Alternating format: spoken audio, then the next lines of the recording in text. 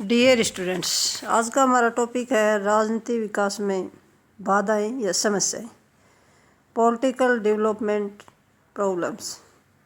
Lucian pine ने राजनीति विकास के बारे में अपने विचार व्यक्त करते हुए स्वयं को इसकी परिभाषा और उसके स्वरूप तक ही सीमित नहीं किया, अपितु इससे जुड़ी हुई अनेक कई समस्याओं के संदर्भ में भी अपने विचार व्यक्त किए। इस संदर्भ में बताना आवश्यक है कि उसने राजनीतिक ढांचे और उसके सम्मुख उत्पन्न होने वाली समस्याओं को अत्यंत सुंदर ढंग से व्यक्त करने की कोशिश की। उसने इस बात को स्वीकार किया कि प्रत्येक तरह का राजनीतिक ढांचा यद्यपि कितना ही विकसित व आधुनिक क्यों न हो, उसके समक्ष बहुत सी समस्याएं उत्पन्न होती हैं। विभिन्न राजनीतिक ढांचों के सम्मुख समस्याओं की मात्रा और स्वरूप विभिन्न प्रकार के होते हैं। उनका मुख्य कारण राजनीतिक ढांचे के आधार पर पृथक पृथक हो सकते हैं। उनके साथ साथ उनके साध्य व उद्देश्यों की पृथकता भी लगभग सभी राजनीतिक ढांचों के समक्ष समस्याओं को आलमंड और पावेल ने प्रकाशित किया है और उनके मुख्य पॉइंट्स हैं। नंबर 1, राज्यों का निर्माण, स्टेट बिल्डिंग। राजनीतिक प्रणाली के सामने सबसे बड़ी समस्या राज्य के निर्माण की होती है।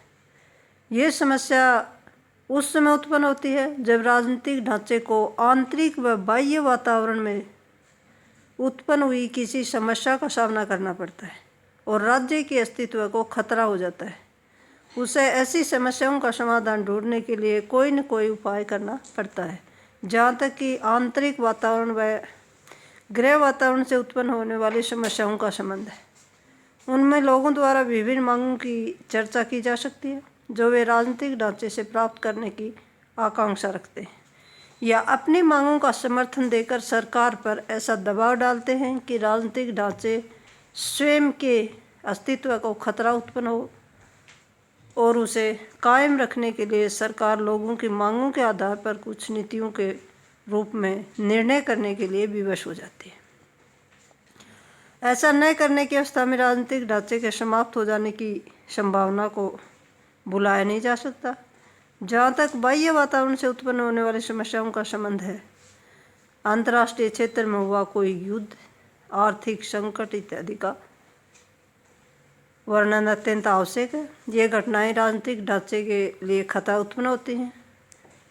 उत्पन्न कर देती हैं और उसके समाधान व उसके प्रभाव को कम करने के प्रयत्न राजनीतिक प्रणाली को अपने नए टारगेट्स अपनाने पड़ते हैं। ऐसा न करने की अवस्था में बहुत भयानक निष्कर्ष निकलते हैं और इस राजनीतिक विशिष्ट वर्ग के उद्देश्यों से उत्पन्न हुए खतरे को टालने के लिए कुछ न कुछ प्रयत्न सरकार को करने पड़ते हैं। पॉइंट नंबर 2 है राष्ट्र निर्माण की समस्या, प्रॉब्लम्स ऑफ नेशन बिल्डिंग। यह एक सत्य है कि मानव एक सामाजिक प्राणी होने के साथ साथ स्वार्थी भी है और अपने स्वार्थी हितों की पूर्ति और सुरक्षा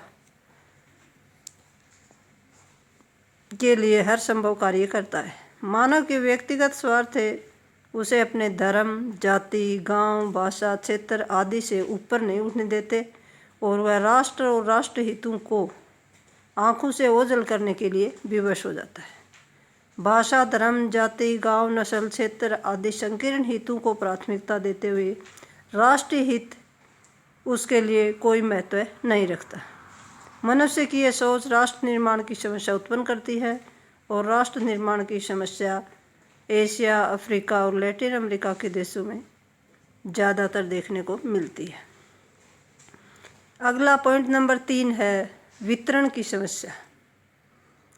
वितरण की समस्या भी राजनीतिक प्रणाली के सामने एक बहुत बड़ी कठिन समस्या है कि वह लोगों को और उन द्वारा संगठित संस्थानों व संगठनों सत्ता के इच्छुक या इच्छा के बिना किसी में भी भेदभाव किए बिना बंटवारा कर सके, जिसे लोग अधिक से अधिक संतुष्ट हो सके।